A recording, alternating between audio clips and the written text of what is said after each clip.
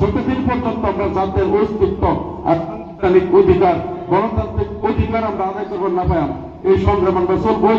যুবকরা দোয়া, মুরব্বীরা দোয়া, যুবকরা শক্তি, আমরা লড়ে থাকবো ইনশাল্লাহ। আর মা বোনরা সবই বেশি দোয়া করে, আমি জেলা থাকলেও আমরা মা বোনেরা বহুত মুরব্বীরা তারা তাহাজ্জুদ নামাজ পড়ে দোয়া করছে। আল্লাহ এই ওনাদের দোয়া উসিলা করে হয়তো আমাদের কম দিনের মধ্যে খালাস করে দিয়েছে। 1 বছর তারা রাহা টার্গেট আছে।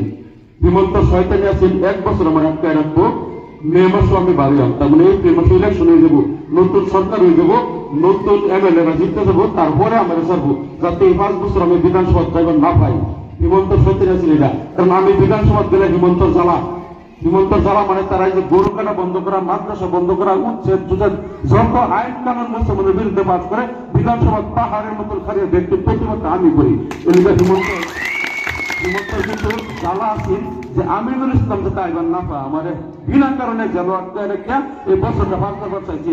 কিন্তু হিমন্ত যত শয়তানি করুক, 1.5 কোটি মানুষের দোয়া, আমি বাড়িয়ে বলছি, আল্লাহর হুকুম হয়েছে, বাড়িয়ে আইসি, ইলেকশন করতেছি ইনশাল্লাহ 9 তারিখে আল্লাহর হুকুম হইলে আমি ইনশাল্লাহ বিধানসভা মানুষের ভোট দিব। আমি বিধানসভা আবার যাই, হিমন্ত করবো কোন কামটা হইল এর আটটা 1 বছর যাতে ইলেকশন করবো না পা, আবার কিভাবে বাড়িয়ে আইলো, কিভাবে আবার ইলেকশন খেলাইলো, আবার বিধানসভা দিয়ে আয় বললো আপদ এটা।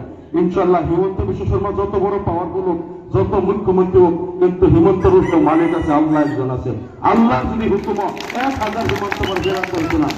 আমাদের আগামী 9 তারিখের ভোট আমরা এটা প্রমাণ করে দিবেন যে হিমন্ত তুমি যত শয়তানি করতেছো যে আমিনুল ইসলাম বিধানসভা দেবেন না পা।